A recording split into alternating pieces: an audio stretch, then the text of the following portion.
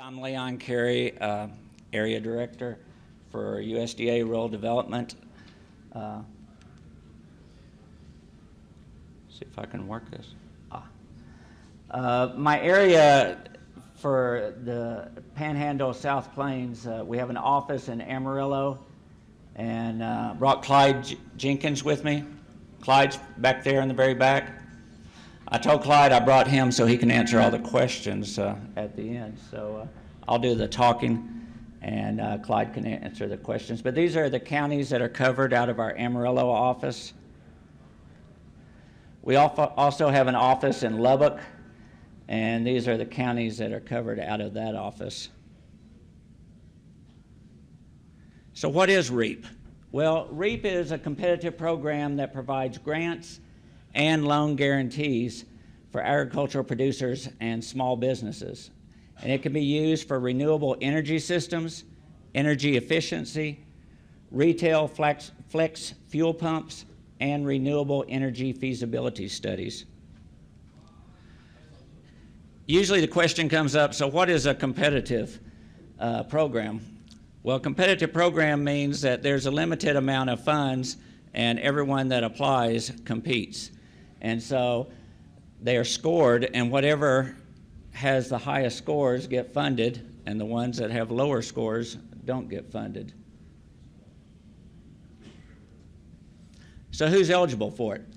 Well, agricultural producers and ranchers who gain 50% or more of their gross income from agricultural operations are eligible, and also small businesses as defined by SBA that are located in a rural area can also apply.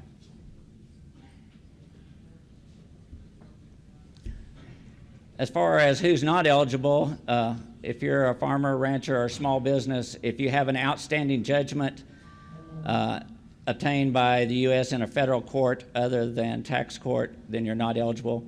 If you're delinquent on payment of federal income tax or delinquent on a federal debt, or if you're debarred from receiving federal assistance.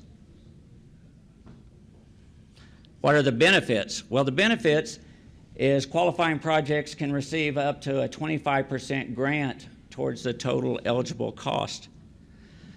So if you're going to be replacing irrigation pumps anyway, with this program, the government can pay up to 25% of that cost.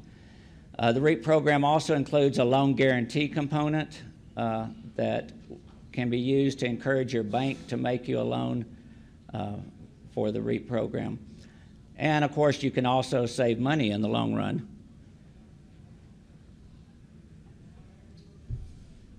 Matching funds are the funds that you need to pay your portion of the project cost that are not funded by a guaranteed loan or through a grant. One thing you've got to remember about the grant funds, and that's the thing that most farmers are interested in, is their release after the project is completed and performing properly. So you have to be able to have the financial means to do the work, and then you'll get reimbursed, like I said, up to 25%. Other federal grant funds cannot be used to meet matching fund requirement. So if you have other federal grants for the same purpose, then that plus ours would still be limited to 25%. So you would have to have your matching funds, and then the total of all federal grants used for eligible purposes would be limited to the 25% there. Things that you can't use the grant funds for, you can't use it to complete your application. Can't use it to fund political or lobbying activities. Can't use it to pay any judgment or debts owed to the U.S. government. Also, other things it can't be used for, it can't be used for residential purposes.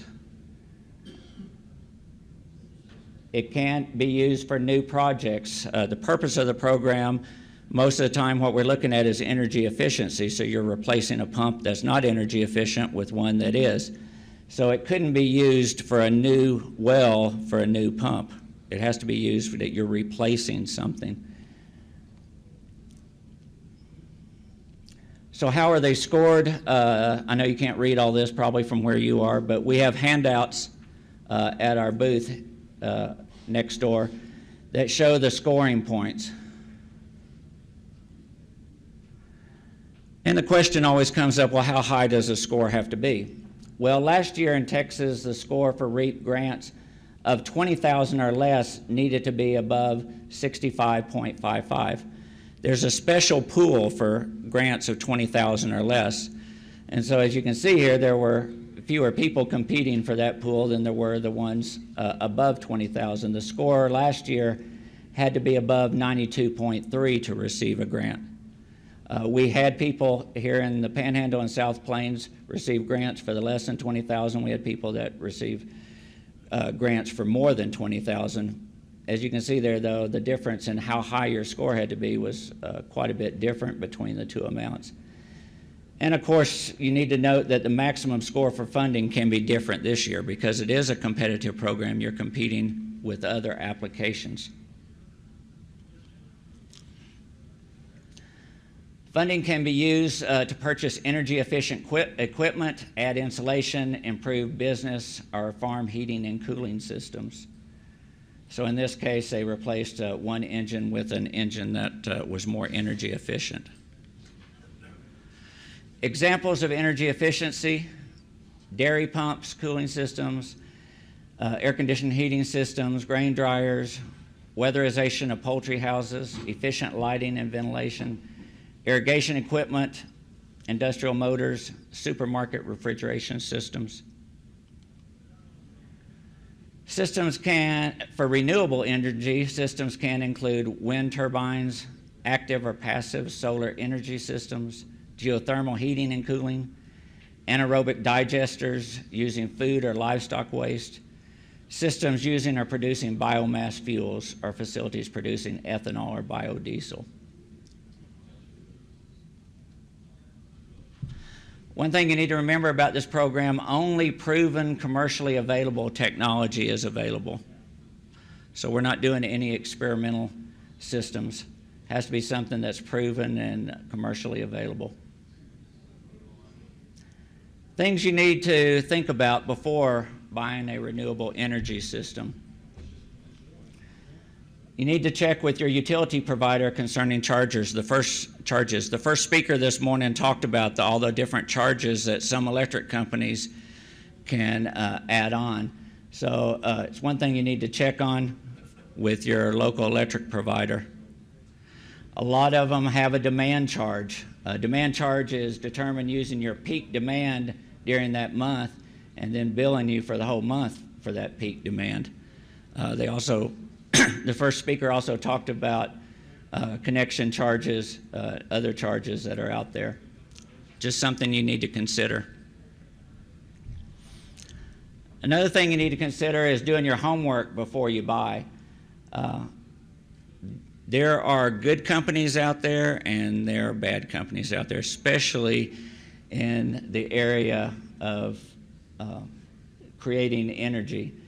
So one thing that we do is we don't tell you who to buy. If you're going to put up a wind turbine, we don't tell you who to buy a wind turbine from. You need to do your research, because across Texas, we've had some people get wind turbines from people that were not the best quality and were not good companies that backed up their product. If you're going to spend this kind of money, it would be well worth your time to get references and call another farmer that's already done it and get their advice. Check with Better Business Bureau. Check other references before you buy. Question also comes up as far as what are eligible project costs.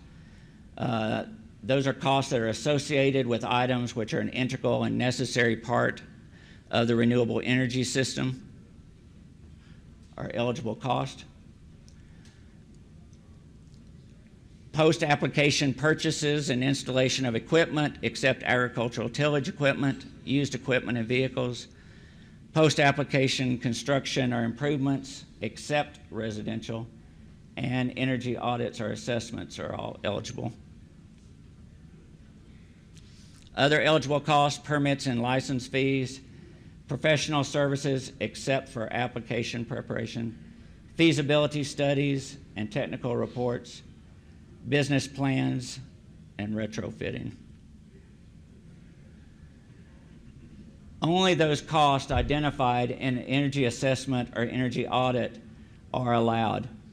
Equipment identified by the assessment or audit to be replaced shall be replaced with equipment similar in capacity.